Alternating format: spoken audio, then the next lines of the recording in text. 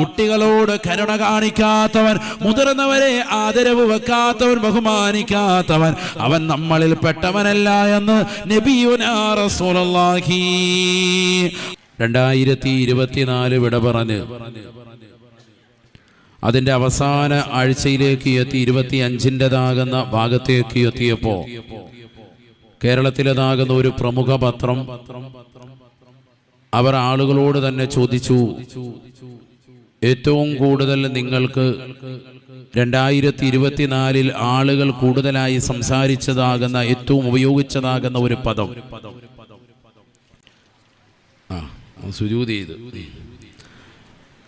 ഏറ്റവും നല്ലതുപോലെ ഉപയോഗിച്ചതാകുന്ന ഒരു പദം ഏതാണ് എന്നുള്ളത് നിങ്ങളെല്ലാവരും ഒന്ന് പറയണമെന്ന് പറഞ്ഞൊരു സർവേ നടത്തുകയാണ്. 2024 വിട പറയുന്നു. ഒരാഴ്ച മുമ്പ് ആ രീതിയിൽ പറഞ്ഞപ്പോൾ തന്നെ ആളുകൾ കുറിക്കാൻ തുടങ്ങി. ഇപ്പോഴങ്ങനെയാണല്ലോ, ന്യൂസ് ചാനലുകളിലും പത്രമാധ്യമങ്ങളിലുമൊക്കെ അത്തരത്തിലുള്ളൊരു സർവേ ഇടയ്ക്ക് പാസ്സാക്കും. ഒന്നവരുടെ കാൽക്കുലേഷൻ അത് വളരെയേറെ വർദ്ധിക്കും, അവരുടെ ഉദ്ദേശങ്ങൾ വീടും.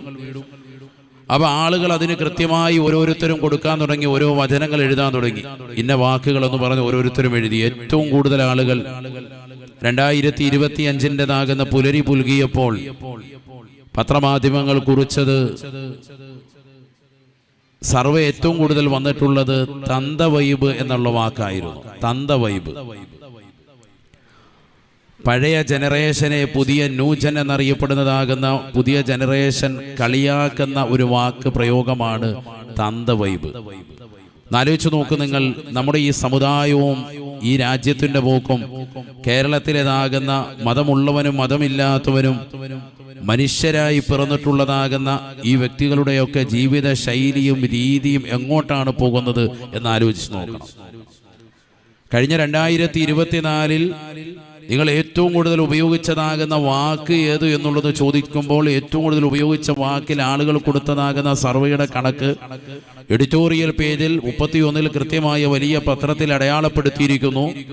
ഏറ്റവും കൂടുതൽ ആളുകൾ കൊണ്ടുവന്നതാകുന്ന വചനം, കൂടുതൽ ജനങ്ങൾക്ക് ഇഷ്ടമുള്ള വചനം, അവർ പ്രയോഗിച്ചതാകുന്ന വചനം, അവർ ജനങ്ങളിലേക്ക് എത്തിച്ച വചനം തന്തവൈബ് എന്നുള്ള വാക്കാണ്. പുതിയ തലമുറ പഴയ തലമുറയെ കളിയാക്കുന്ന ഒരു രീതിയാണത്, ശൈലിയാണത്. ഒരു 50 വയസ്സിന് മുകളിലുള്ളതാകുന്ന ആളുകൾ, വേണ്ട ഒരു 40-45 വയസ്സിനുള്ളതാകുന്ന ആളുകൾ, അവർ 20 വയസ്സിനും അതിന് താഴോട്ടും അതിന് മുകളിലൊക്കെ ഉള്ളതാകുന്ന ആളുകളെ ഉപദേശിക്കുമ്പോൾ വളരെ നീരസത്തോടുകൂടിയും അവഗണനയോടുകൂടിയും അവരുടെ വാക്കുകളെ തൃണവൽഗണിച്ചുകൊണ്ട് പരിപൂർണമായി ഒഴിവാക്കി പോകുന്നതാകുന്ന ഒരു ശൈലി അവരിട്ടതാകുന്ന ഒരു വാക്കാണ് തന്തവൈബ്. തന്തമാരുടെ തള്ളമാരുടെയൊക്കെ വാക്കുകളെ പുതിയ ജനറേഷൻ, പുതിയതാകുന്ന തലമുറകൾ ഏറ്റെടുക്കുന്നില്ല എന്നുള്ളതാണ് ഇതിൽ നിന്ന് മനസ്സിലാക്കുന്നത്. അവരുടെ ഉപദേശങ്ങളൊന്നും ആർക്കും ഇഷ്ടമല്ല. വാപ്പ മകനെ ഉപദേശിക്കുന്നത്, ഉമ്മ മകളെ ഉപദേശിക്കുന്നത്, മുതിർന്നവർ ചെറിയ മക്കളോട് മക്കളെ നിങ്ങൾ നന്നാവണമെന്ന് പറയുന്നത്, നിങ്ങൾ ലഹരി കുടിക്കരുത് എന്ന് പറയുന്നത്, നിങ്ങൾ തിന്മയുടെ വക്താക്കളാകരുത് എന്ന് പറയുന്നത്, പുതിയ ന്യൂജൻ വിദ്യാർത്ഥികൾക്കത് താല്പര്യമില്ല എന്നതിലേക്ക് കുറിക്കുന്ന വാക്കാണിത്. അതൊക്കെ തന്തമാര് പറയുന്നതാണ്, അതൊന്നും വലിയ കേൾക്കേണ്ടതില്ല എന്ന് പറഞ്ഞ് നേരത്തെ നമ്മുടെ അലീത്തങ്ങൾ സൂചിപ്പിച്ചതുപോലെ ഒരു കാതിലൂടെ കേട്ട് മറുകാതിലൂടെ കടത്തിവിടുന്ന ശൈലിയാണ്. അള്ളാഹു നമ്മളെ കാക്കുമാറാവട്ടെ. ഞാനിത് പറയുന്നത് കേവലം മുസ്ലിമീങ്ങൾ മാത്രം ഉപയോഗിക്കുന്ന ഒരു വാക്ക് കൊണ്ടുവരൂ എന്നല്ല പറഞ്ഞത്. ഈ കഴിഞ്ഞ 2024 മനുഷ്യർ മുഴുവനും ഏറ്റവും കൂടുതൽ ഉപയോഗിച്ചത്, കേരളക്കാർ ഉപയോഗിച്ചതാകുന്ന ഏറ്റവും വലിയ വചനം ഏത് എന്ന് ചോദിച്ചപ്പോൾ 2024 ഏറ്റവും കൂടുതൽ ഉപയോഗിച്ചതാകുന്ന മലയാള വാക്കായി അടയാളപ്പെടുത്തിയത് ഈ വാക്കിനെയാണ്. അപ്പോൾ കേരളത്തിലെ മലയാളികളുടേതാകുന്ന അവസ്ഥ എന്താണ്? പുതിയ യുഗവും പുതിയ തലമുറയും എന്തിനെയാണ് കുറിക്കുന്നത് എന്നാണ് നമ്മൾ ചിന്തിക്കേണ്ടത്. അള്ളാഹു നമ്മളെ കാത്ത് സംരക്ഷിക്കട്ടെ. എന്താണ് പുതിയ തലമുറയ്ക്ക് കൈമാറി കൊടുക്കുന്ന നന്മ? എന്ത്? യഥാർത്ഥത്തിൽ തിന്മയുടെ വക്താക്കളായി നമ്മുടെ തലമുറ മാറുകയാണ്.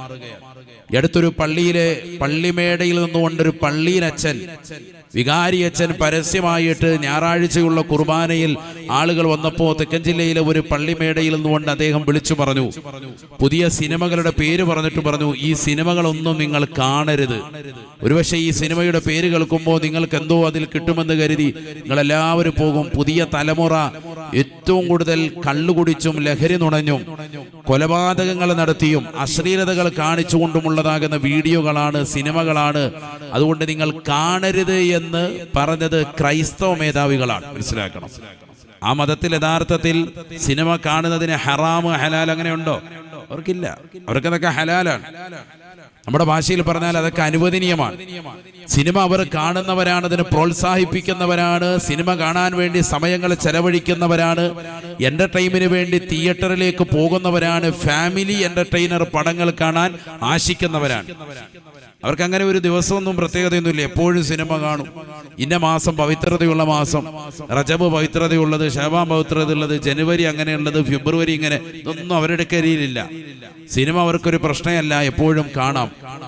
എന്നിട്ട് പോലും പള്ളിമേടയിൽ നിന്ന് പള്ളിയിലച്ഛൻ, വികാരി അച്ഛൻ പരസ്യമായിട്ട് വിളിച്ചു പറയുകയാണ്, നിങ്ങൾ സിനിമ ഇന്ന പടങ്ങൾ കാണരുത് എന്ന് പരസ്യമായി. ഈ അടുത്തിടെ ഇറങ്ങിയതാകുന്ന പടങ്ങൾ, അങ്ങനെ പേരൊന്നും പറയുന്നില്ല, പുതിയ ജനറേഷൻ്റെതാകുന്ന മക്കൾക്കൊക്കെ വലിയ ഇഷ്ടമുള്ളതാകുന്ന പടങ്ങൾ ചൂണ്ടിയിട്ട് ആ പേരുകൾ മുഴുവനും വെളിപ്പെടുത്തിയിട്ട് പറയുന്നു, ഇതൊക്കെ കള്ളും കഞ്ചാവും ലഹരിയും ഒക്കെ പഠിപ്പിക്കുന്ന, കൊലപാതകം നിസ്സാരവൽക്കരിക്കുന്ന, ഏത് പെണ്ണിനെയും കടന്നുപിടിക്കാമെന്നുള്ളതാകുന്ന സൂചനയിലേക്ക് കൊണ്ടെത്തിക്കുന്നതായ വളരെ മോശപ്പെട്ടതാകുന്ന, മനുഷ്യനെ മൃഗീയ തുല്യമാക്കുന്ന പടങ്ങളാണ്. അതുകൊണ്ട് നിങ്ങൾ അതൊന്നും കാണരുത് എന്ന് പരസ്യമായി പറയുകയാണ്. ആലോചിച്ചു നോക്ക് നിങ്ങൾ. പടം കാണൽ അനുവദിക്കപ്പെടുന്നതാകുന്ന മതത്തിന്റെ അനുയായികൾ പോലും ഇത്തരത്തിലുള്ള പടങ്ങൾ കാണരുത് എന്ന് പറയുമ്പോൾ, ആ പടങ്ങൾ പോലും പ്രൊഡ്യൂസ് ചെയ്യാനും അതിൽ നിന്ന് കിട്ടുന്ന വരുമാനങ്ങൾ കൊണ്ട് ജീവിതം കൊഴിപ്പിക്കുവാനും ഇന്ന് ലോകത്ത് തുനിഞ്ഞിറങ്ങുന്നത് മുസ്ലിം സമുദായത്തിലെ സമ്പന്ന മേധാവിയിൽപ്പെട്ടതാകുന്ന ആളുകളാണെന്ന് പറയുമ്പോൾ എത്രത്തോളം തരം താഴ്ന്ന ജീവിതമായി ഈ തലമുറ മാറിയിരിക്കുകയാണ്. പടം കാണൽ മാത്രമല്ല, ആ പടം പ്രൊഡ്യൂസ് ചെയ്യാനും അത് സംവിധാനം ചെയ്യാനും അതിനുവേണ്ടി പൈസ ഇറക്കാനും അതൊക്കെ പരിപൂർണമായി കൂട്ടുകച്ചവടമായിട്ട് നിലകൊണ്ടും അതൊന്നും നിസ്സാരമല്ല, അതൊക്കെ ഒരു പ്രശ്നമല്ല, നിസ്സാരവൽക്കരിച്ച് തമാശ രൂപേണ കണ്ട് അതിലൊക്കെ ഇറങ്ങി വലിയതാകുന്ന സിനിമാ നടനെയും നടിയുമായി ബന്ധപ്പെട്ടുള്ള ജീവിതമാണ് ഏറ്റവും വലിയ സന്തോഷകരമെന്ന് മനസ്സിലാക്കി അതിനുവേണ്ടി മക്കളെയും കുടുംബത്തെയും ഒന്നായിട്ട് ഇറക്കിക്കൊണ്ട് സമ്പത്ത് മുഴുവനും അതിനുവേണ്ടി ചെലവഴിച്ച് രാപ്പകലുകൾ അതിനുവേണ്ടി അധ്വാനിച്ച് നിലകൊള്ളുന്നതാകുന്ന ധാരാളം മുസ്ലിം സഹോദരങ്ങൾ ഇന്ന് നമുക്കിടയിലുണ്ട്. അള്ളാഹു നമ്മളെ കാത്തു സംരക്ഷിക്കട്ടെ.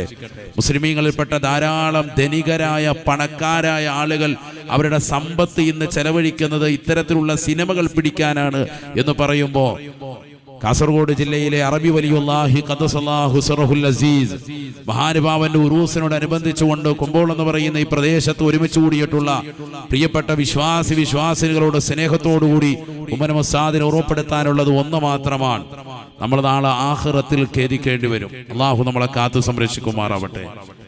പരലോകം എന്ന് പറയുന്നത് ഒരു ജീവിതമുണ്ട് എന്ന് വിശ്വസിക്കുന്നവരാണ് സഹോദരങ്ങളെ നമ്മൾ, അല്ലേ? മരണത്തെ വിശ്വസിക്കുന്നവർ, സ്വർഗമുണ്ടെന്ന് വിശ്വസിക്കുന്നവർ, നരകമെന്ന യാഥാർത്ഥ്യ ബോധത്തെ തിരിച്ചറിഞ്ഞവർ, വിശ്വാസം കൊണ്ട് തിരിച്ചറിഞ്ഞവർ, മഹശറിയെ തിരിച്ചറിഞ്ഞവർ, മീസാൻ എന്ന നന്മ തിന്മകൾ തൂക്കുന്ന തുലാസ് ഉണ്ട് എന്നുള്ള യാഥാർത്ഥ്യ ബോധത്തെ തിരിച്ചറിഞ്ഞവർ, ഇതൊക്കെ മനസ്സിലാക്കി വിശ്വസിച്ചു പോരുന്നവരാണ് മുഅ്മിൻ. അതാണ് യഥാർത്ഥ സത്യവിശ്വാസി. അങ്ങനത്തെ ഒരു വിശ്വാസിയിൽ നിന്ന് ഇത്തരത്തിലുള്ള നീച പ്രവർത്തനങ്ങൾ എങ്ങനെ വരുന്നു? എങ്ങനെയാണ് ഇതിനൊക്കെ പണം ചെലവഴിക്കാൻ എങ്ങനെയാണ് മനസ്സ് വരിക? അപ്പോൾ മനുഷ്യന്റെ മനസ്സ് മാറി. ഖൽബുൽ ഇൻസാനി കരീശിൽ ഫലാത്തി സയ്യിദുനാ റസൂലുള്ളാഹി. മനുഷ്യന്റെ ഹൃദയം മരുഭൂമിയിലെ തൂവൽ പോലെയാണ്, പക്ഷികളുടെ തൂവൽ പോലെയാണ്. അതിങ്ങനെ പാറി പാറി നടക്കും. ഇന്നലകളിൽ കഴിഞ്ഞ ജീവിതം മറക്കും. വരാനിരിക്കുന്നതാകുന്ന ഭാവിയെ പറ്റിയുള്ള ചിന്താഗതി, ആഖിറത്തിനു വേണ്ടിയുള്ള പ്രയത്നം അവനിൽ ഇല്ലാതാകും. ഭൗതിക ലോകത്തോടുള്ള താല്പര്യം അവന്റെ മനസ്സിൽ അഭിരമിക്കും, വല്ലാതെ കടന്നുകൂടും. ദുനിയാവിന്റെ പിറകെ മനുഷ്യൻ ഓടുകയാണ്. അള്ളാഹു നമ്മളെ കാത്തു സംരക്ഷിക്കട്ടെ. കാരണം അവന്റെ മനസ്സിൽ പരലോക ചിന്തയില്ല, മരണമെന്ന യാഥാർത്ഥ്യ ബോധത്തെ പറ്റി ചിന്തയില്ല. നേരത്തെ ആമുഖ ഭാഷണത്തിൽ ബഹുമാനപ്പെട്ട കുമ്പോൾ സാദാത്യങ്ങളിൽ പ്രമുഖൻ അലി തങ്ങൾ അവറുകൾ സൂചിപ്പിച്ചതുപോലെ അല്ലാഹു സാദാതീങ്ങൾക്കും അവരുടെ പ്രിയപ്പെട്ട ജ്യേഷ്ഠൻ ഈ സദസ്സിന് ആത്മീയ നേതൃത്വം നൽകിയ സയ്യിദ് അവറുകളടക്കം അവരുടെ വല്യുപ്പയടക്കം ഈ പള്ളിയുടെ പരിസരങ്ങളിൽ അന്ത്യവിശ്രമം ചെയ്യുന്ന സർവരുടെയും ദറജ അല്ലാഹു ഉയർത്തുമാറാവട്ടെ. അവരുടെ പൊരുത്തം അല്ലാഹു നമുക്ക് നൽകി അനുഗ്രഹിക്കട്ടെ. പ്രിയമുള്ളവരെ, അവർ സൂചിപ്പിച്ചതുപോലെ നാളെ മരണാനന്തര ജീവിതത്തിന് വേണ്ടി എന്താണ് നമ്മൾ ചെയ്തു വെച്ചിട്ടുള്ളത്? ഇത് കേവലം ഒരു ഉറക്കത്തിൻ്റെതാകുന്ന ഒരു ജീവിതം പോലെ മനുഷ്യന് കാണുകയാണ്.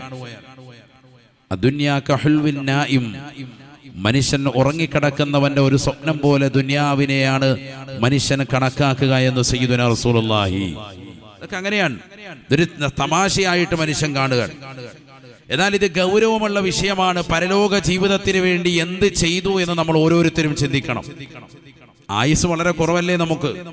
പരലോകത്തേക്ക് വേണ്ടി എന്താണ് നമ്മൾ മാറ്റിവെച്ചിട്ടുള്ളത്? എന്ത് നന്മയാണ്? എത്ര നമസ്കാരം കറക്റ്റ് ആയിട്ടുണ്ട്, എത്ര നോമ്പുകൾ കറക്റ്റ് ആയിട്ടുണ്ട്, എത്ര ഇബാദത്തുകൾ കറക്റ്റ് ആയിട്ടുണ്ട്. മുതിർന്നവരെ അനുസരിച്ചുകൊണ്ടുള്ള മാന്യമായ ജീവിതം നയിക്കുന്നതാകുന്ന ചെറുപ്പക്കാർ എത്ര പേരാണ്? മാതാപിതാക്കൾക്ക് സേവനം ചെയ്ത് ഖിദ്മത്ത് ചെയ്ത് അവരുടെ പൊരുത്തം പരിപൂർണമായി നേടിയെടുത്തിട്ടുള്ള മോമിനീങ്ങൾ എത്ര പേരാണ്? അല്ലാഹു നമ്മളെ സാലിഹീങ്ങൾ ചേർക്കുമാറാവട്ടെ.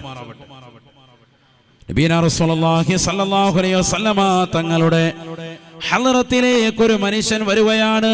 ഫഅബ്തഅൽ ഖൗമു അയ്യസ്രിഉ ഇലൈഹി. നബിയനാ റസൂലുള്ളാഹി സ്വല്ലല്ലാഹു അലൈഹി വസല്ലമ തങ്ങളെ കാണാൻ മദീന പള്ളിയിലേക്ക് കടന്നു വന്നതായ പ്രായം ചെന്നതായ മനുഷ്യനെ അല്ലാഹുവിന്റെ റസൂലിന്റെ അടുക്കലേക്ക് കടത്തി വിടുന്നതിനെ തൊട്ട് ചിലർ തടയുകയാണ്.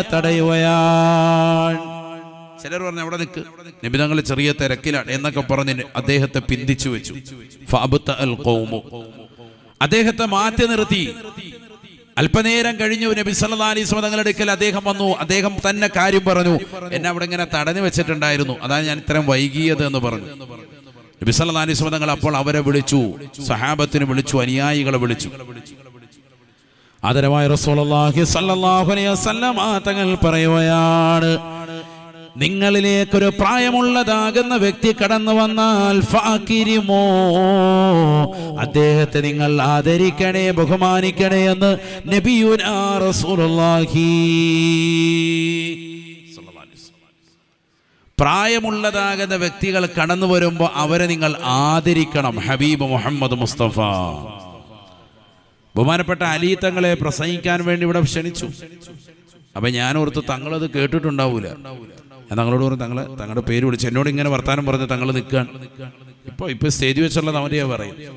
അവരെ തങ്ങളുടെ പേര് വിളിച്ചിട്ടുണ്ട്, ശ്രദ്ധിച്ചില്ലെന്ന് തോന്നുന്നു. ഞാൻ പറഞ്ഞു ഇല്ല, കാക്ക പോട്ടെ, കാക്ക ഒപ്പിക്കോട്ടെ, അതാണ് വിനയം. നോക്കൂ നിങ്ങൾ, അവര് സ്റ്റേജിൽ നിങ്ങൾ ഇറങ്ങാണ്. അപ്പോൾ ജ്യേഷ്ഠൻ അങ്ങ് പോട്ടെ എന്ന് സയ്യിദ് അവറുകൾ അവിടുന്ന് പോയി അങ്ങോട്ട് അപ്പുറത്തേക്ക് എത്തുമ്പോഴാണ് പ്രസംഗം തുടങ്ങുന്നതിന്. അതുവരെ അദ്ദേഹം ഇവിടെ ഇങ്ങനെ തെന്നിക്കളിച്ച് മാറി മാറി നിൽക്കുക. എന്തൊരു ആദരവ്, എന്തൊരു ബഹുമാനം. എൻ്റെ ശബ്ദം അവരെക്കാൾ അവർക്കൊരു പ്രയാസമാകരുത്. വാപ്പയല്ല, വല്ലുപ്പയല്ല, വേറെ ആരുമല്ല, ജ്യേഷ്ഠനാണ്. പക്ഷെ ബഹുമാനം, ആദരവ്, അതാണ്. ഇന്ന് നമ്മുടെ സമുദായത്തിൽ ഈ ആദരവുണ്ടോ? സ്വന്തം ജ്യേഷ്ഠനോട്, സഹോദരനോട്, ബന്ധുക്കളോട്, മുതിർന്നവരോട് തന്തവൈബി എന്നുള്ളതാകുന്ന ശൈലി അവലംബിക്കുന്നതാകുന്ന പുതിയ തലമുറ, അവരുടെ പോക്ക് എങ്ങോട്ടാണ് എന്ന് ചിന്തിക്കണം സഹോദരങ്ങൾ. ഇദാ അതാകും കബീറു ഖൗമിൻ ഫാകിരിമൂ. ആദരവായ റസൂലുള്ളാഹി സ്വല്ലല്ലാഹു അലൈഹി വസല്ലമ തങ്ങളെ കാണാൻ വേണ്ടി മദീന പള്ളിയിലേക്ക് കടന്നു വന്നതായ പ്രായമുള്ള മനുഷ്യനെ തടഞ്ഞു വെച്ച സ്വഹാബികളോട് അല്ലാഹുവിന്റെ റസൂൽ വരെ ശകാരിക്കുകയാണ്, പറഞ്ഞു കൊടുക്കുകയാണ്, പാടില്ല, പാടില്ല. ഞാൻ എത്ര തിരക്കുണ്ടെങ്കിലും പ്രായമുള്ളവരെ എന്റെ അടുക്കലേക്ക് കൊണ്ടുവരണേ, കൊണ്ടുവരണേ. ഇദാ താകും കബീറു ഖൗമിൻ, പ്രായമുള്ളതാകുന്ന ആളുകൾ നിങ്ങളുടെ സവിധത്തിലേക്ക് കടന്നു വന്നാൽ ഫഅകിരിമൂ, അവരെ ബഹുമാനിക്കണേ, ആദരിക്കണേ എന്ന് നബിയുനാ റസൂലുള്ളാഹി. ഇന്നത്തെ പുതിയ തലമുറയിൽ നഷ്ടപ്പെട്ടു പോയത് സഹോദരങ്ങളെ ഇതാണ്, മുതിർന്നവരോടുള്ള ബഹുമാനം, ആദരവ്. ആദരവായ റസൂലുള്ളാഹി സ്വല്ലല്ലാഹു അലൈഹി വസല്ലം തങ്ങൾ പറയുകയാണ്, മല്ലം യർഹമു സഗീറനാ മല്ലം യർഹം സഗീറനാ വലം യുഖിർ കബീറനാ ഫലൈസ മിന്നാ. കുട്ടികളോട് കരുണ കാണിക്കാത്തവൻ, മുതിർന്നവരെ ആദരവ് വെക്കാത്തവൻ, ബഹുമാനിക്കാത്തവൻ, അവൻ നമ്മളിൽ പെട്ടവനല്ല എന്ന് നബിയുനാ റസൂലുള്ളാഹി. മല്ലം യർഹം സഗീറനാ വലം യുഖിർ കബീറനാ ഫലൈസ മിന്നാ ഫലൈസ മിന്നാ. ചെറിയ മക്കളെ കാണുമ്പോ അവരോട് സ്നേഹം വെക്കാത്തതാകുന്ന വ്യക്തികളുണ്ടോ? ഉപ്പമാരുണ്ടോ? പ്രായം ചെന്നതാകുന്ന ആളുകളുണ്ടോ? അവരും പഠിക്കണേ, പഠിക്കണേ. ചെറിയ മക്കളോട്, കുട്ടികളോട് നിങ്ങൾ കരുണ കാണിക്കണേ.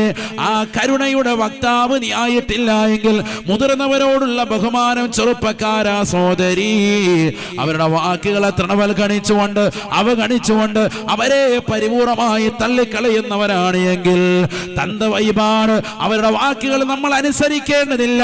വാപ്പ വന്നുകൊണ്ട് മകളോട് ഉപദേശിക്കുമ്പോ, ഉമ്മ വന്നുകൊണ്ട് മകനോട് ഉപദേശിക്കുമ്പോ ആ ഉപദേശങ്ങളെ പരിപൂർണമായി തൃണവൽഗണിക്കുന്നവരെ അല്ലാഹുവിന്റെ റസൂൽ പറയുകയാ ഫലൈസ മിന്നാ,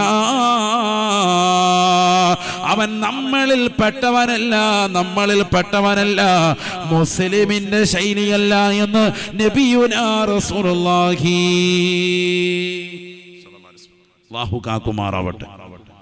മുസ്ലിമല്ല എന്നാണ് പ്രവാചകൻ പറഞ്ഞു വെക്കുന്നത് സല്ലല്ലാഹു അലൈഹി വസല്ലം. ഈ തലമുറയുടെ പോക്ക് എങ്ങോട്ട് ചിന്തിക്ക്. വാപ്പ വന്നുകൊണ്ട് മകനെ ഉപദേശിക്കുന്നു, മോനെ നിസ്കരിക്കാൻ പള്ളിയിൽ പോകും. ഉമ്മ നിർദ്ദേശം കൊടുക്കുന്നു മകളോട്, ഉമ്മയുടെ വാക്കുകളെ തൃണവൽഗണിക്കുന്നു, വാപ്പയെ അടിക്കുന്നു, ശകാരിക്കുന്നു, ചീത്ത വിളിക്കുന്നു, അവരോട് വഴക്കടിക്കുന്നു, ആ വിഷയത്തിൽ അവരുമായി പിണങ്ങുന്നു, ദിവസങ്ങളോളം ആ പിണക്കം മുന്നോട്ട് കൊണ്ടുപോകുന്നു. എവിടേക്കാണ് ഈ തലമുറയുടെ പോക്ക്? ചിന്തിക്കുക സഹോദരങ്ങളെ. അള്ളാഹു നമ്മളെ കാത്ത് സംരക്ഷിക്കട്ടെ. എവിടെയാണ് ഈ തലമുറ? ആദരവായ റസൂലുള്ളാഹി സ്വല്ലല്ലാഹു അലൈഹി വസല്ലം തങ്ങളുടെ അധ്യാപനമാണ്. നബി സ്വല്ലല്ലാഹു അലൈഹി വസല്ലം തങ്ങളുടെ അടുക്കൽ സ്വഹാബത്ത് പറയുകയാണ്, ഞങ്ങൾ ഭക്ഷണം കഴിക്കുമ്പോൾ ബൈനനാ ഇൻദ റസൂലില്ലാഹി സ്വല്ലല്ലാഹു അലൈഹി വസല്ലം, ഞങ്ങൾ അല്ലാഹുവിന്റെ റസൂലിന്റെ ഇടയിൽ ഇരിക്കുകയാണ്. ഭക്ഷണത്തിൻ്റെതാകുന്ന തളിക കൊണ്ടുവന്ന് വെച്ചിരിക്കുകയാണ്. മനോഹരമാകുന്ന ഭക്ഷണം കൊണ്ടുവന്ന് വെക്കപ്പെട്ടപ്പോ അല്ലാഹുവിന്റെ റസൂൽ സല്ലല്ലാഹു അലൈഹി വസല്ലമ തങ്ങൾ ഭക്ഷണത്തിലേക്ക് കൈവെക്കാതെ പ്രവാചകൻ അടുത്തിരിക്കുന്ന സാകുന്ന പ്രായമേറെ സ്വഹാബിയോട് പറയുകയാ, ഖുദ് യാ അബാ ഉബൈദ, ഖുദ് യാ അബാ ഉബൈദ, അബൂ ഉബൈദ നിങ്ങൾ കൈവക്കണേ, നിങ്ങൾ കഴിക്കണേ, നിങ്ങളാണ് ഭക്ഷണം ആദ്യം കഴിക്കാൻ ബന്ധപ്പെട്ടവനെന്ന് നബിയുനാ റസൂലുള്ളാഹി. കാരണം ഞങ്ങൾക്കിടയിൽ ഈ ഇരിക്കുന്നതാകുന്ന സദസ്യരിൽ ഏറ്റവും പ്രായമുള്ളതാകുന്ന വ്യക്തി നിങ്ങളാണ്. എന്നേക്കാൾ പ്രായമാണ്, പ്രായമാൻ. അതുകൊണ്ട് ഖുദ് യാ അബാ ഉബൈദ, അബൂ ഉബൈദ നിങ്ങളാണ് ആദ്യമായി ഭക്ഷണ തളികയിലേക്ക് കൈവെക്കേണ്ടതെന്ന് നബിയുനാ റസൂലുള്ളാഹി. ഞാൻ നബിയാണ്, ഞാൻ ക്യാപ്റ്റനാണെന്ന് പറഞ്ഞ് ചാടിയിടുകയല്ല. മര്യാദ പഠിപ്പിക്കാണ്, അദബ് പഠിപ്പിക്കാണ്. അള്ളാഹു മനസ്സിലാക്കാൻ തൗഫീഖ് തരട്ടെ. നമ്മളാണെങ്കിലോ 3 ചിക്കൻ പീസ് തീർന്നിട്ടുണ്ടാവും, എന്നിട്ട് തീർന്ന് ഇങ്ങനെ കടിച്ചോണ്ട് കഴിക്കുന്നില്ലേ, അപ്പാ കഴിക്കാൻ ചിക്കൻ ഉണ്ടായിട്ട് വേണ്ടേ, പിന്നെ അണ്ണാക്കില്ല, പിന്നെ എങ്ങനെ ഇനി കാര്യം കഴിക്കാനാണ്? പകുതി കഴിച്ച് തീർന്ന് അപ്പോഴത്തേക്ക് പോകാൻ പറയാൻ എടുക്ക. ചിലരിങ്ങനെ വിളമ്പാൻ നിൽക്കും, അത് കണ്ടിട്ടില്ലേ? വിളമ്പാൻ നിൽക്കുന്നതിന് ഉദ്ദേശം തന്നെ എന്നാ, ഏറ്റവും എല്ലുള്ള പീസൊക്കെ നോക്കി അങ്ങോട്ട് കൊടുക്കുക, എന്നിട്ട് നല്ല പീസ് നോക്കിയിട്ട് ലാസ്റ്റ് ഇവരെടുക്കാനായിട്ട്. കടയിലേക്ക് പോയി അൽഫാം പറഞ്ഞിരിക്കാം, കുഴിമന്തിയുടെ അൽഫാം പറഞ്ഞിരിക്കാം. അപ്പോൾ അതിൽ ഏറ്റവും വലിയ പീസ് ഇങ്ങനെ ഒരെണ്ണം കണ്ടു കഴിയുമ്പോൾ ഇവന് പെട്ടെന്ന് തന്നെ കൈയിടണമെന്ന് തോന്നുകയാണ്. അത് അവനെങ്ങാണ് എടുത്തെങ്കിലോ എന്ന് കരുതിയിട്ട് വിളമ്പാൻ നിൽക്കും. എന്നിട്ട് മറ്റേ ചെറിയ പീസൊക്കെ ബിസ്മില്ലാഹിർ റഹ്മാനിർ റഹീം, നമ്മളവർക്ക് എന്തൊരു സ്നേഹം. എന്നിട്ട് ആ വലിയ പീസ് നോക്കി തബാറക്കല്ലദീ ബിയദിഹി, ആണ് പരിപാടി. ശരിയാണോ അല്ലേ? ഞാൻ പറഞ്ഞ കറക്റ്റ് അല്ലേ? ഇവനോർത്ത് ഇത് തരികിടയൊന്നും അറിയില്ലത്, ഇത് എല്ലാ തരികിടയും കഴിഞ്ഞിട്ടാണ് ആളുകൾ ഇരിക്കുന്നത്. ആളുകൾക്ക് ഇതൊക്കെ മനസ്സിലായിട്ടുണ്ട്. അള്ളാഹു നമ്മളെ സാലിഹീങ്ങളെ ചേർക്കട്ടെ. അങ്ങനത്തെ പരിപാടികളുണ്ട്. അപ്പൊ ഈ രീതി അവലംബിക്കുന്നവർ, പ്രായമുള്ളവരെ പരിഗണിക്കാതെ പോകുന്നവർ, വീട്ടിൽ മാതാപിതാക്കൾ കഴിക്കുന്നതിന് മുമ്പ് ഭക്ഷണം കഴിക്കാൻ പാടില്ല എന്നാണ്. അവരുടെ പൊരുത്തം കണക്കാക്കിയിട്ടാണ് നമ്മൾ കഴിക്കുക. പൊരുത്തമുണ്ടെന്ന് ഉറപ്പിക്കണം. നമ്മുടെ വീട്ടിൽ നമ്മൾ ഭക്ഷണം കഴിക്കുമ്പോൾ വാപ്പായും ഉമ്മായും ഭക്ഷണം കഴിച്ചിട്ടില്ലെങ്കിൽ അവരുടെ അനുവാദം വേണം. സാധാരണ രീതിയിൽ നമ്മൾ ചോദിക്കാറില്ല. പൊരുത്തം മക്കൾക്ക് ഉണ്ടാകും, തീർച്ചയാണല്ലോ. വാപ്പായുമ്മയുടെയും പൊരുത്തം ഉറപ്പാണ്. മക്കള് കഴിച്ചിട്ടേ കഴിക്കുള്ളൂ വാപ്പായും ഉമ്മായും. ഒന്നുമില്ലെങ്കിൽ പോലും അൽഹംദുലില്ലാ പറഞ്ഞ് പച്ചവെള്ളം കുടിച്ചു കിടക്കും. പല ഉമ്മമാരുടെയും ശൈലി അതാണ്. ചിലപ്പോൾ ആൺമക്കൾ അധികരിച്ച വീടായിരിക്കും. അപ്പൊ നല്ല പീസ് ഇഷ്ടം പോലെ ഉണ്ട്, അതെല്ലാം കഴിച്ച് എല്ലാവരും കഴിച്ച് ചട്ടി വടിച്ച് അവസാനം ഒന്നുമില്ല. പാപ്പാക്കും കൊടുത്തു, എല്ലാവർക്കും കൊടുത്തു. പിന്നെ ഉമ്മാക്ക് ഒന്നും ഉണ്ടാവില്ല, ഒരു കറിയും ഉണ്ടാവില്ല, ഒന്നും ഉണ്ടാവില്ല. പക്ഷെ ഇന്ന് വരെ ഒരു പരിഭവം പറയാത്ത പെണ്ണിന്റെ പേരാണ് മാതാവ്, ഉമ്മ. അള്ളാഹുരുടെ ദർജ ഉയർത്തട്ടെ. മരണപ്പെട്ടു പോയവർക്ക് അള്ളാഹു മഗ്ഫിറത്ത് നൽകട്ടെ. ജീവിച്ചിരിക്കുന്നവരെ ബഹുമാനിക്കാനും ആദരിക്കാനും അള്ളാഹു നമുക്ക് തൗഫീഖ് നൽകട്ടെ. നോക്കൂ, നിങ്ങൾ നബി സല്ലല്ലാഹു അലൈഹി വസല്ലമ തങ്ങൾ പ്രായം ചെന്ന സ്വഹാബിയെ ബഹുമാനിക്കാൻ. സ്വഹാബിയാൻ, അനുചരനാണ്. പക്ഷെ അദ്ദേഹത്തോട് പറയുന്നു, അല്ലയോ പ്രിയപ്പെട്ടവരെ, ഖുദി അബാ ഉബൈദ, അബൂബൈദ നിങ്ങൾ ആദ്യം എടുക്കണം. അബൂ ഉബൈദ റളിയല്ലാഹു തആല അൻഹു പറയുകയാണ്, യാ റസൂലല്ലാഹ് വല്ലാഹി ലാ ആഖുദു ഹത്താ, നബിയേ നബിയേ ഞാനിത് എടുക്കൂല നബിയേ, തങ്ങളതിൽ കൈവക്കാതെ ഞാനിത് എടുക്കൂല ഹബീബേ ഹബീബേ. ആദരവായ റസൂലുള്ളാഹി സ്വല്ലല്ലാഹു അലൈഹി വസല്ലമ തങ്ങൾ വീണ്ടും അദ്ദേഹത്തോട് നിർബന്ധിക്കുകയാണ്, ഖുദി യാ അബാ ഉബൈദ, ഖുദി യാ അബാ ഉബൈദ. അബൂ ഉബൈദ, നിങ്ങൾ തന്നെയാണ് ഈ അടുക്കൽ ബന്ധപ്പെട്ടവർ, നിങ്ങളാണ് ഈ സദസ്സിൽ ഏറ്റവും പ്രായമുള്ളതാകുന്ന വ്യക്തി. നിങ്ങളെടുക്കൽ നിർബന്ധമാണ്, നിർബന്ധമാണ്. അല്ലാഹു റസൂലിനോട് പറഞ്ഞു, നബിയേ തങ്ങളാണ് അഷ്റഫുൽ ഖൽഖാണ്, സൃഷ്ടികളിൽ ഏറ്റവും സമുന്നതരായ വ്യക്തിത്വമാണ്. അല്ലാഹുവിന്റെ ഹബീബേ, തങ്ങളെ കൈവക്കാതെ എങ്ങനെയാണ് എടുക്കുക റസൂലേ? തങ്ങളെടുത്ത് കഴിച്ചാലും ഹബീബേ എന്ന് അബൂ ഉബൈദ റളിയല്ലാഹു അൻഹു. വീണ്ടും അല്ലാഹുവിന്റെ റസൂൽ പറയുകയാണ്, ഖുദി യാ അബാ ഉബൈദ അൽ ബറകതു മഅൽ അകാബിർ. അല്ലാഹുവിന്റെ റസൂൽ പറഞ്ഞു വെക്കുകയാണ്, ഏറ്റവും ബറക്കത്ത് പ്രായമുള്ളവരിലാണ്, പ്രായമുള്ളവരില്ല. അവർ ഈ സദസ്സിലുള്ളിടത്തോളം അവരാണ് ആദ്യം ഏറ്റെടുത്തു കഴിക്കേണ്ടത് എന്ന് നബിയുനാ റസൂലുള്ളാഹി പറഞ്ഞു കൊടുക്കാൻ. അള്ളാഹു മനസ്സിലാക്കി അമൽ ചെയ്യാൻ തൗഫീഖ് തരട്ടെ. നമ്മളതൊക്കെ ശ്രദ്ധിക്കണം. ഒരു കല്യാണത്തിന്റെ സദസ്സിൽ പോയിരുന്നു. അപ്പൊ ആ വട്ടം കൂടി ഇരിക്കുന്നതിൽ പ്രായമുള്ളവരുണ്ടെങ്കിൽ നമ്മൾ അവർക്ക് ആദ്യം ഒന്ന് മുൻഗണന കൊടുക്കണം. ഇതൊക്കെ പുതിയ തലമുറ നഷ്ടപ്പെട്ടു പോയി. നമ്മൾ ചെന്നിരിക്കുമ്പോൾ തന്നെ നല്ല റാഹത്ത്, കൊല്ലായിലെ ബീഫ് കൊണ്ടുവന്നിട്ട് ബിസ്മില്ലാഹിർ റഹ്മാനിർ റഹീം നമ്മുടെ പത്രത്തിലോട്ട് 2 പീസ് ഇങ്ങോട്ട് ഇട്ട് നമ്മൾ വേമ്പ അടിക്കുകയാണ്. പള്ളിക്കറി ഇങ്ങടുത്ത് നമ്മൾ പള്ളിക്കറി അടിക്കുക, മറ്റവന് പള്ളിക്കറി ഇല്ല, ഒന്നുമില്ല. അല്ലോ തീർന്നു പോയത്, ഫ്ലൈറ്റ് തീർന്നു പോയി. എങ്ങനെ തീരായിരിക്കും? നിന്റെ എടുപ്പ് അതുപോലത്തെ എടുപ്പല്ലേ, നീയും കൂട്ടുകാരൻ ഇട്ട് കഴിഞ്ഞാൽ പിന്നെ എങ്ങനെ ബാക്കിയുള്ളൂ? ഇവന് വേഗം ഇരിക്കണം. എന്നിട്ട് ഈ പ്ലേറ്റ് കാലിയായ പ്ലേറ്റ് കൊണ്ടുവന്നു, കാരണം അടുത്ത പ്ലേറ്റ് കൊണ്ടുവന്ന ഈ പ്രായമുള്ള മനുഷ്യന് ഒരു പീസ് എന്തായാലും എടുക്കുള്ളൂ, ബാക്കി ഇവന് തന്നെ റാഹത്ത്. പിന്നെ നീയത്തതാണ്, നല്ല നീയത്താണ്. അതിനിവൻ ആദ്യം തന്നെ എന്ത് ചെയ്ത് ഇട്ടിട്ട് ആ പ്രായം ചെന്ന മനുഷ്യന്റെ തലയിലോട്ട് വെച്ചു കൊടുക്കുകയാണ്. കല്യാണക്കാരുടെ ദേഷ്യം മുഴുവനും ഇവിടെ കൊടുത്ത് ഇവിടെ ഒരു പീസ് കൊടുക്കണേ. അപ്പോൾ അത് ഒരു പ്ലേറ്റും കൂടി കൊണ്ടുവരും. ആ പ്ലേറ്റിൽ നിന്ന് ഒരു പീസ് ഇവന്മാരെ എഴുന്നേറ്റ് ഇട്ട് കൊടുക്കും, ബാക്കി ഇവൻ്റെ മുന്നിലേക്ക് വീണ്ടും വെക്കും. ഇതന്നെ ആണോ നടക്കുന്നതല്ലയോ? ഒരു ഉദാഹരണം പറഞ്ഞാൽ ഭക്ഷണത്തിന്റെ മാത്രമല്ല, എല്ലാ വിഷയത്തിലും മുതിർന്നവരെ പരിഗണിക്കുന്നില്ല. ഒരു ക്യൂ, ഒരു സദസ്സിൽ അവിടെ മുതിർന്നവരെ പരിഗണിക്കില്ല. പ്രായം ചെന്നവർ ഒരു മജ്‌ലിസിൽ അവരെ മുതിർന്നവരെ പരിഗണിക്കില്ല. മറ്റൊരാൾ വന്ന് നിൽക്കുന്നു മണിക്കൂറുകളായി, പ്രായമുള്ളവരെ പരിഗണിക്കുകയില്ല.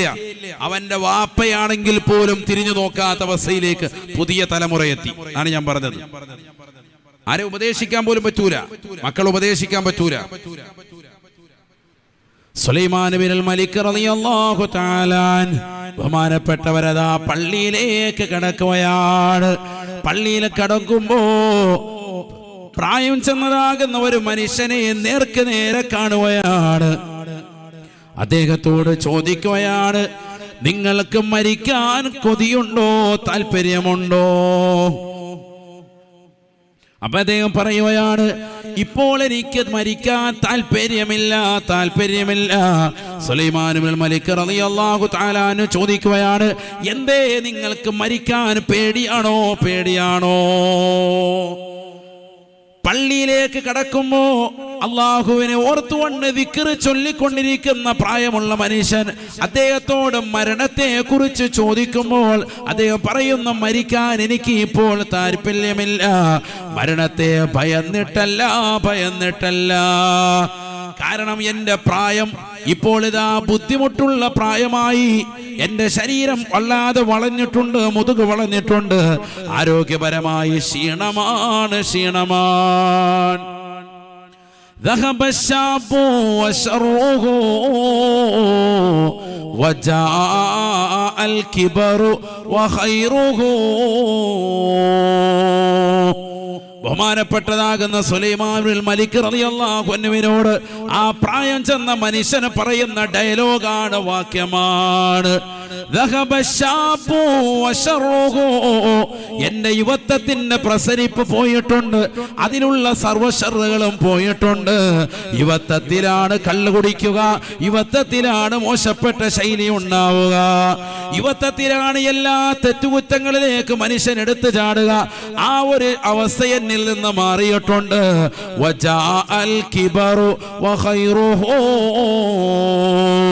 ഇന്നിതാ പ്രായം ചെന്നിരിക്കുകയാണ്, എന്റെ മുതുക് വളഞ്ഞിരിക്കുകയാണ്. ഇപ്പോൾ ഇതാ 5 വഖത്ത് പള്ളിയിൽ ജമാഅത്തിന് ഞാനുണ്ട്. ഇപ്പോൾ ഒന്ന് ഇരിക്കുമ്പോൾ ഞാൻ പറയും അൽഹംദുലില്ലാഹ്. ഇപ്പോൾ ഭക്ഷണം കഴിക്കുമ്പോൾ ഞാൻ ഉറക്കെ പറയും ബിസ്മില്ലാഹ് വഅലാ മില്ലത്തി റസൂലില്ലാഹ്. ഇരിക്കാനും കടക്കാനും പുതയ്ക്കാനും ഖുർആൻ ഓതാനും ദിക്ർ ചൊല്ലാനും എല്ലാത്തിനും എനിക്ക് സമയമുണ്ട്. ദിക്ർ ചൊല്ലിക്കൊണ്ടാണ് അതിലെല്ലാം ഞാൻ മുന്നോട്ട് പോകുക.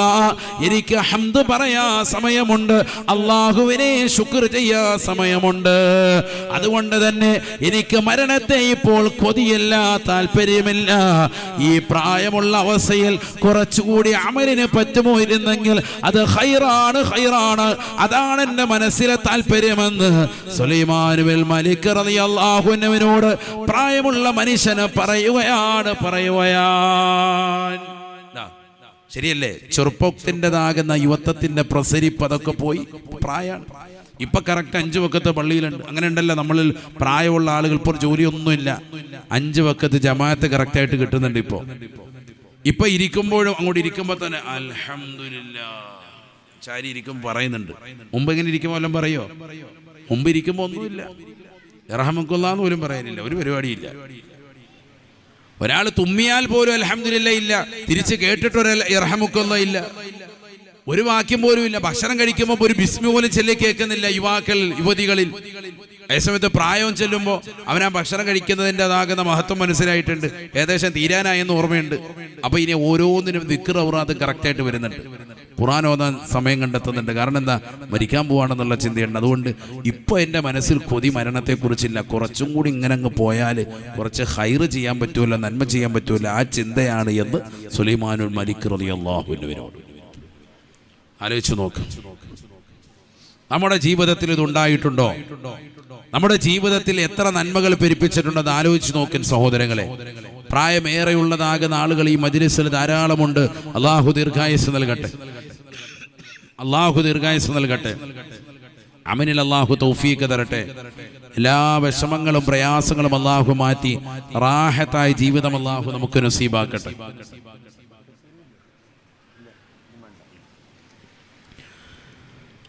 ആലോചിച്ച് നോക്ക് നിങ്ങൾ, അല്ലാഹു നമ്മളെ സാലിഹീങ്ങളെ ചേർക്കട്ടെ.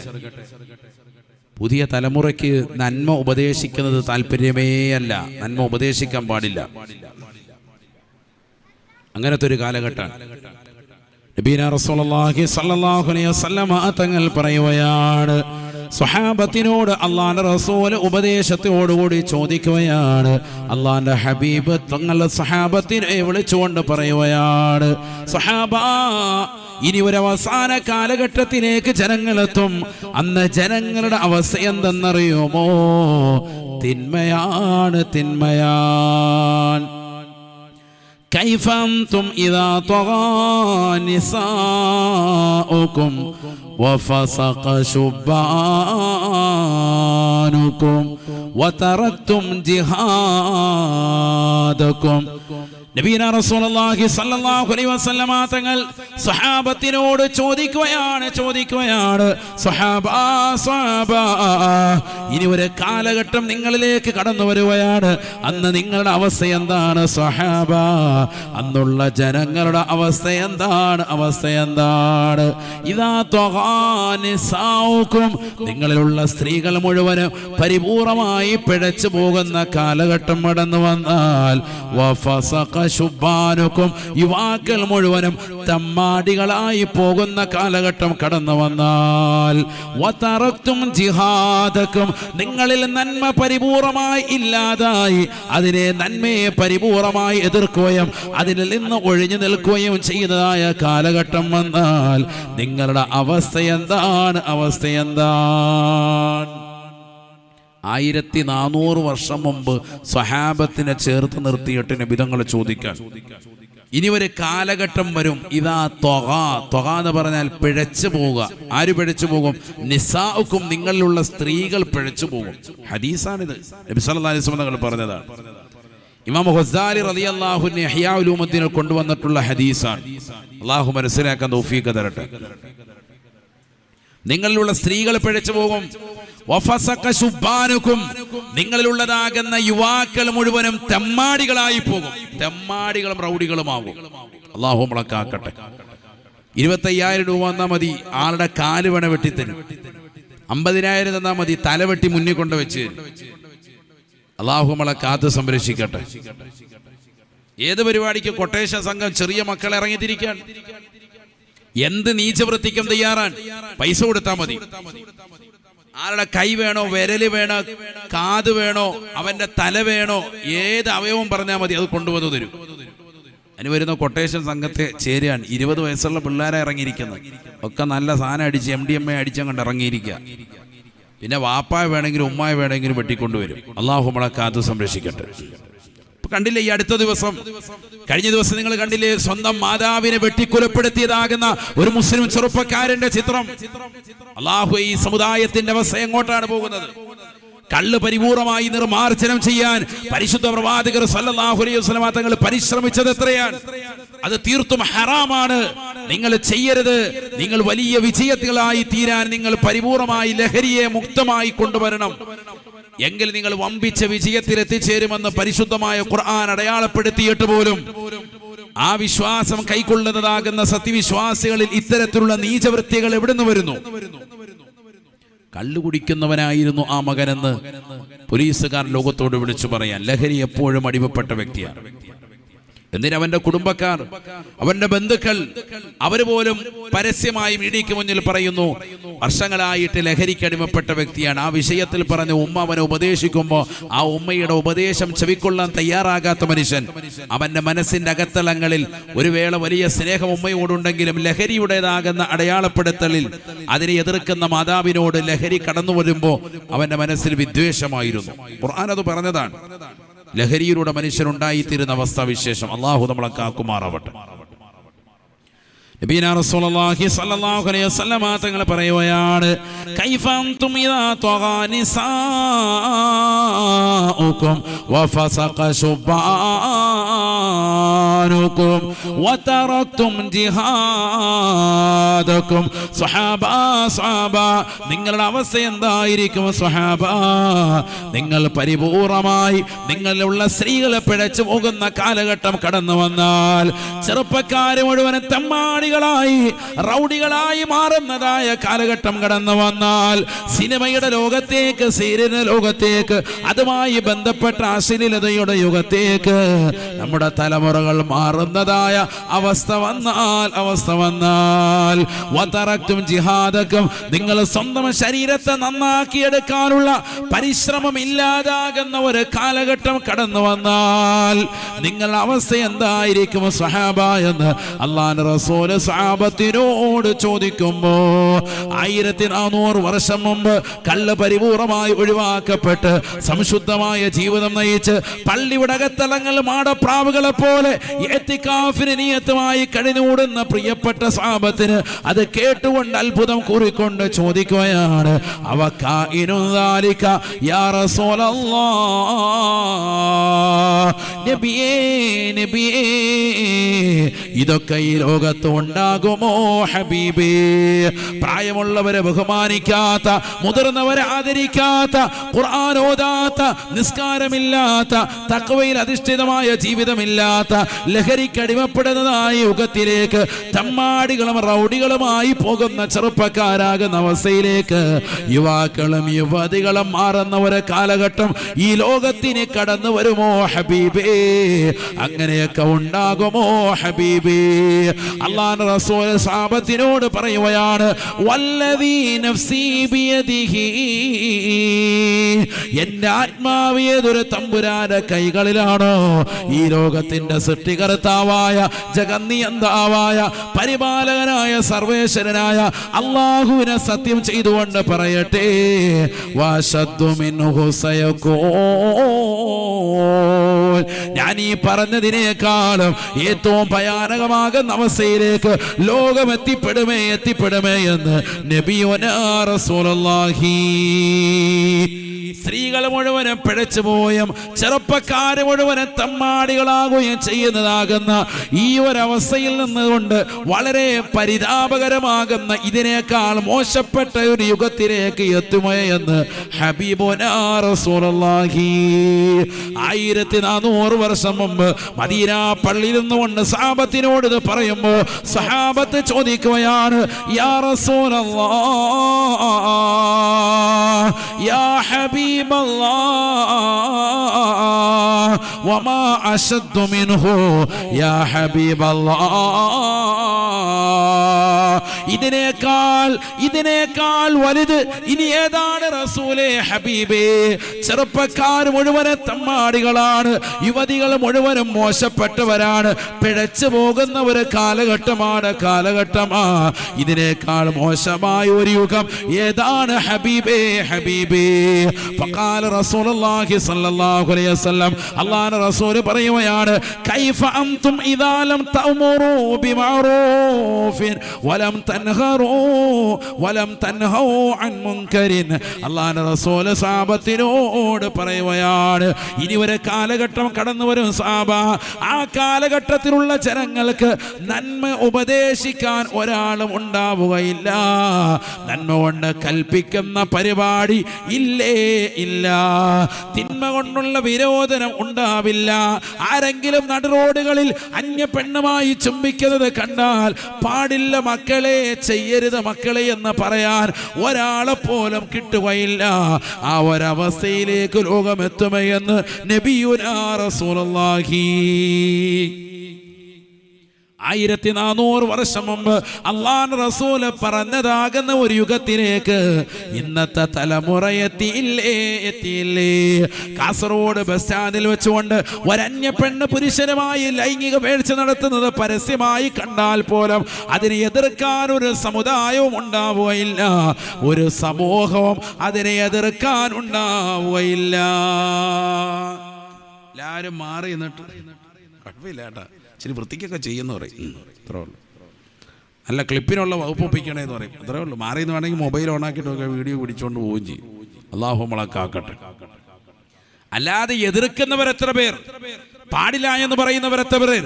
പരസ്യമായി ബസ്സിലും ട്രെയിനിലും ബീച്ചിലും റോഡുകളിലും അന്യ പെണ്ണുമായിട്ട് ചുംബിക്കുന്നവരും കാമക്കേളുകൾ ഏർപ്പെടുന്നവരും ബസ് സ്റ്റാൻഡുകളുടേതാകുന്ന പിറകുവശത്തും ഒഴിഞ്ഞുള്ള കടമുറികളിലും വൈകുന്നേരം സ്കൂൾ വിട്ടിട്ട് മുസ്ലിം സഹോദരിമാർ മുഖമക്കറിയിട്ടതാകുന്ന കാസർഗോഡുള്ളതാകുന്ന പെൺകുട്ടികളടക്കം അന്യ പുരുഷന്മാരുടെ മടിയിൽ കടന്നുകൊണ്ട് കാണിക്കുന്ന കാമചേഷ്ടകൾ പരസ്യമായിട്ട് ഇവിടെയുള്ള വാട്സാപ്പ് ഗ്രൂപ്പിലൂടെ പ്രചരിച്ചിട്ട് പോലും എതിർക്കാത്തതാകുന്ന തലമുറയായി ഈ തലമുറ മാറിയില്ലേ?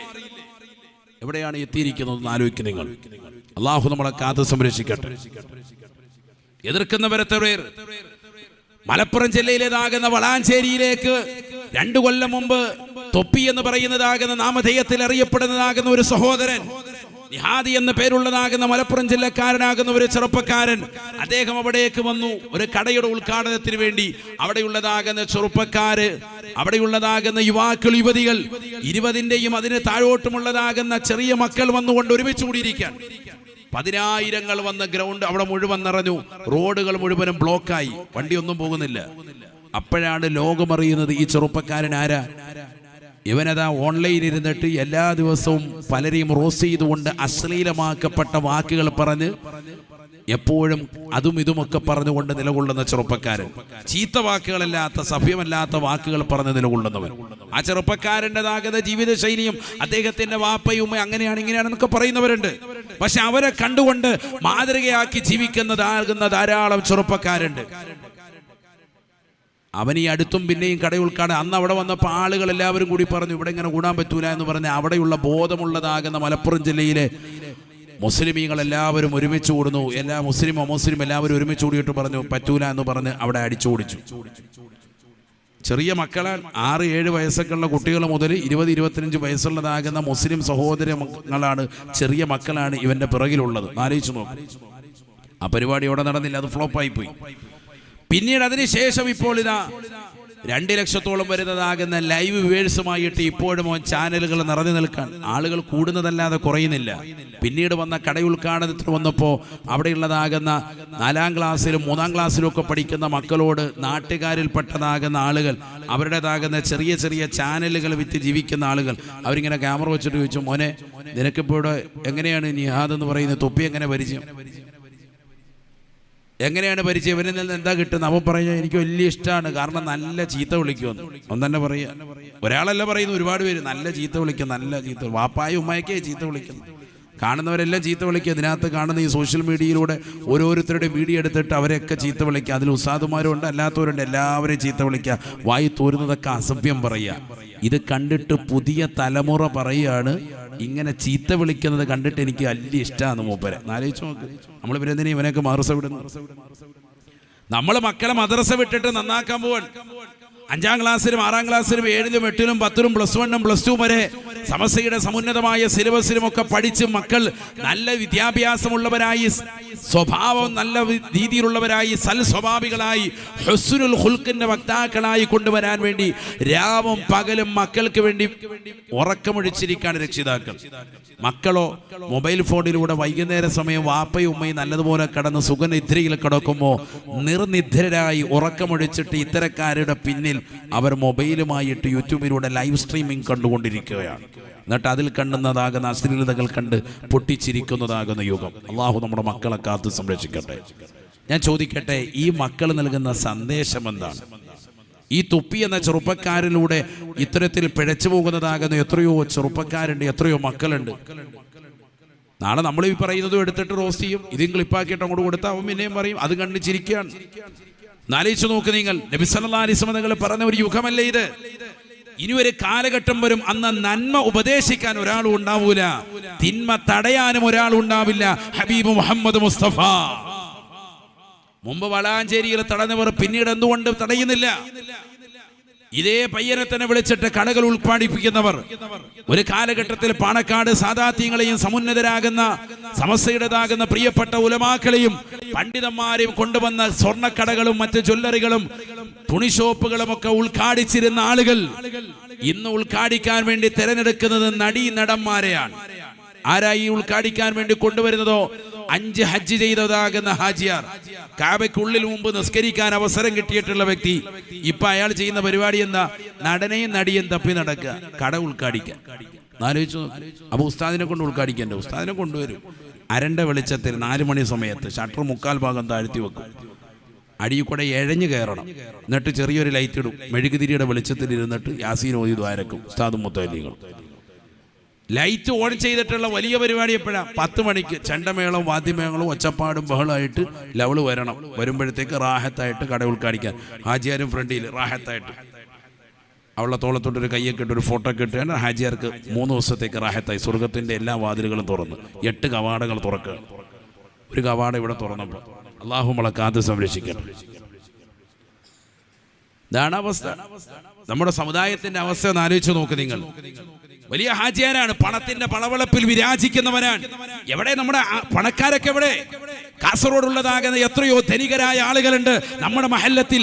വയല് കേൾക്കാനും പരിശുദ്ധമായ ഖുർആൻ പഠിക്കാനും ദീനനുസരിച്ചിട്ടുള്ള ജീവിതം ചിട്ടപ്പെടുത്താനും എത്ര പേർ നമ്മുടെ സദസ്സിലുണ്ട്. പണം വന്നി വരുമ്പോ പിന്നെ വാതൊന്നും വേണ്ട, പള്ളി വേണ്ട, പണക്കാരെ വേണ്ട, ഒരാളെയും വേണ്ട, ദീനിന്റെ വാഹകർ വേണ്ട, ആലിമീങ്ങളെ വേണ്ട, ഉലമാക്കളെ വേണ്ട, ഉലിയാക്കളെ വേണ്ട.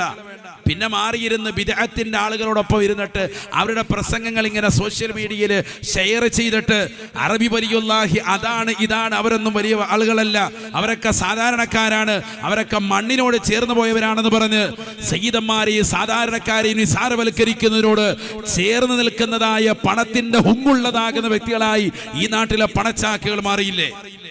അല്ലാഹു നമ്മളെ കാത്ത് സംരക്ഷിക്കട്ടെ. കാരണം എന്താ, ഇഷ്ടംപോലെ കാശുണ്ട്, ഇനിയിപ്പോ ആരെ എതിർക്കാവല്ലോ.